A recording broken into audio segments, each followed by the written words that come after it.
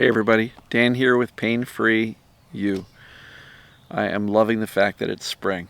Today's topic is going to be why hyperfixation on symptoms is not the cure. So, we'll get to that in a minute, and I'll explain. Lots of birds. Sounds amazing. Just soak it in. Get outside, folks. Get outside. Feels so good to just sit outside. Even if you're not that mobile. Get outside. It expands your world from the four walls of your home.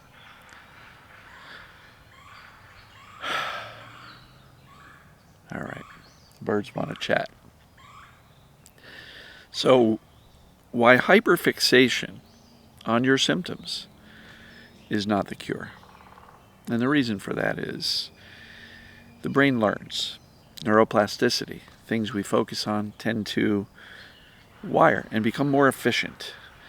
And so hyperfixation is essentially teaching the brain this is important, form these connections.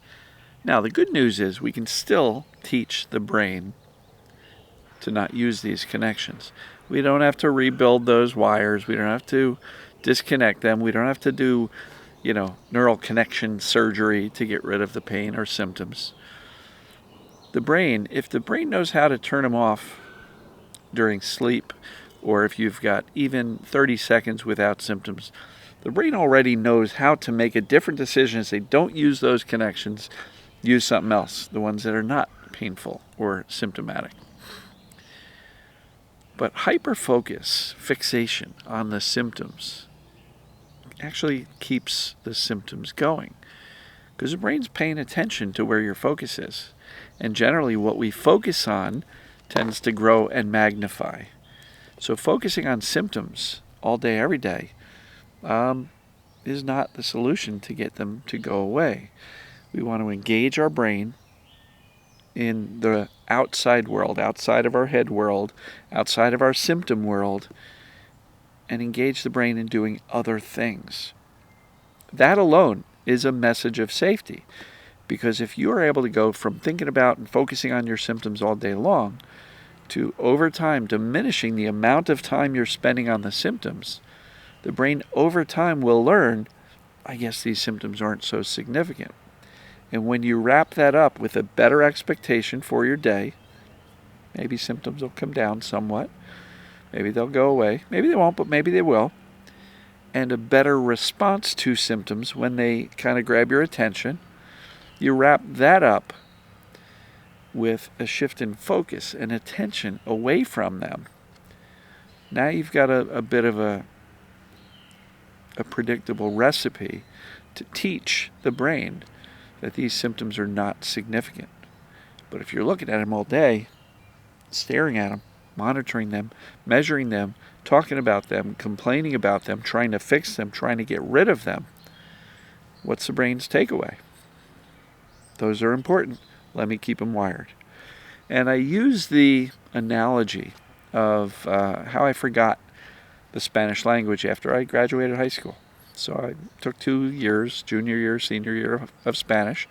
And I wasn't great, I wasn't fluent, but I knew enough to pass the class. Now, when I went off to college, did I have to do anything proactive to forget how to speak Spanish? No, I simply shifted my attention to my college courses, and I was playing a lot of music, and I didn't give any attention to Spanish language. And my brain, all on its own, without proactive intention, let those connections go and reallocated them for something else. The brain learned to let go of a language. Just like with lack of attention or significance or fear and hyperfixation, your brain will learn to let go of your pain or other symptoms. It's not a complicated concept to get. It's difficult to apply, and that's because symptoms are designed to get our attention. But once we understand what's causing them, and that you've done the assessments and says, yep, that's what's going on for me, it gets easier to shift our attention. The analogy I like is that if you're in a room and there's a tiger and he looks hungry and he's scraping his claws on the floor looking at you, you can't pull your attention away from something you are terrified of. You just can't. Good luck taking your attention away from that tiger in the locked room with you. You can't. You're terrified. Just like if you are terrified of the symptoms and the pain and the other things going on, the concept of shifting your attention away from it is not attainable. We have to gain the accurate knowledge. We have to start to neutralize the fear of the symptoms by recognizing they're a false alarm created by a brain perceiving danger incorrectly. Once we understand that, once we truly understand that, it becomes easier to shift our attention away because we've already neutralized, to a degree, gradually, the fear, and gradually shifting our attention away. Now, don't get mad if you are still noticing your symptoms. You will. You can't avoid it. They're designed to get your attention. But here's the key. How you respond when you notice them is key. It's super important. So if every time you notice your symptoms, you launch into fear, frustration, catastrophic thinking, predicting this is forever, questioning and going into doubt, what's the cause of this, wondering if you're ever going to get better, questioning, did the doctors miss something? If you launch into that whole fear looping and hyperfixation cycle, that is not productive. It's counterproductive. So that's why I always say, let's go back to the foundation. Understand the system. I write about it a lot in my book, Pain-Free You, Teach Your Brain to End Your Pain. I go into depth as to how this system, the brain, what its primary function is, how it works. Talk about perceived danger. Talk about all the various things that the brain can perceive as dangerous. Not just the symptoms themselves, not just movement, could be any number of things. So if you don't have my book, go to painfreeyoubook.com to get it in the U.S. or your regional Amazon website. It's on Audible and also Spotify if you want the audio version. So hyperfixation on the symptoms doesn't make them go away. I don't care how hard you focus on them with anger and resentment and fear and frustration. You're not going to scare those symptoms away. Indifference. A lot of people say, I can't be indifferent to the symptoms. But when you know they're a false alarm, can you be indifferent when the smoke alarm goes off in your kitchen? And you're in the kitchen and you know there's no fire.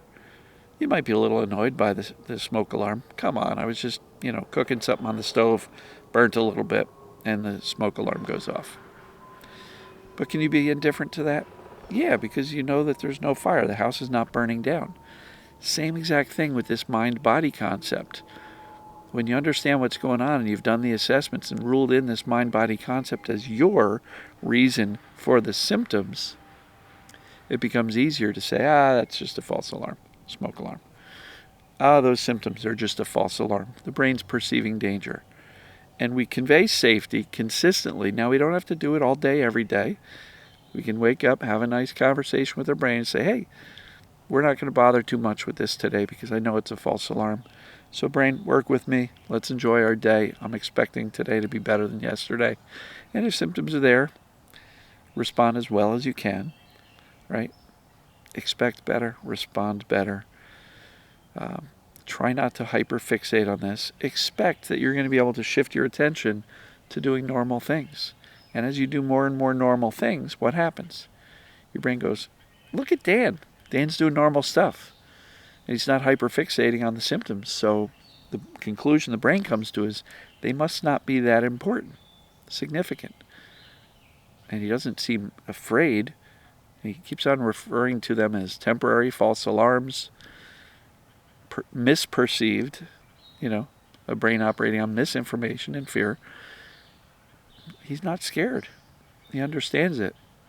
And he's giving it very little attention. So the brain, neuroplastic as it is, will learn to let those symptoms go. So hyperfixation keeps those neuroplastic connections wiring, because you are instructing, literally, by where you place your attention, that these things are important. and the brain will keep them going. So, neutralize the fear with accurate knowledge. Do the assessments. Make sure you understand that this is what's going on for me. If you are uncertain, do the assessments again. And then the big decision. I talk about it in chapter 7 of the book. The big decision is accepting that this is what's going on. Because if you think you're going to be safer by straddling the fence and, well, maybe I'll keep one foot into the medical world, one foot into this, you're teaching the brain through your decisions, through your lack of acceptance on the mind-body concept that there might still be a body problem, which instructs the brain to keep the symptoms going. Because if it's a body problem, it's the brain's job to keep us safe by turning on those signals to protect you from doing some harm to your body. So, perceived danger, that's the cause. Get clear, make that your dominant thought, and teach your brain through the lack of hyperfixation and through the engaging in the outside world, the real world, with other normal activities. Do fun things with people you like. It's an ideal way of teaching the brain that I'm actually good, And, one of our group members made a really nice comment. They said the best time to take action is when the anxiety and fear is pretty high. And their example was, when my anxiety and my fear was really high, I'd go to the mall or I'd go out to eat with my family. And what they found is by doing normal things with people they love, things settle down pretty quickly, as opposed to saying, I'm too anxious to go anywhere, I'm going to just stay at home and wait until my anxiety goes away. No, doing normal things is actually one of the more beneficial ways to dial down the anxiety. And as a result, this person felt considerably better and less anxious by getting out, even though their symptoms and their anxiety and their fear was high. So I think the term they used was strike while the iron is hot. Anyway, hyperfixation, not necessarily a good strategy in my view. So experiment with this stuff. And if you want some help, painfreeyougroup.com. We have some amazing conversations, multiple, and it's well worth joining. So I hope to see you in there. Either way, I'll see you tomorrow, right here. What do they say? Same bat time, same bat channel. Batman. Sorry, I'm a goofball. Anyway, love you folks, and we'll see you tomorrow. Take care.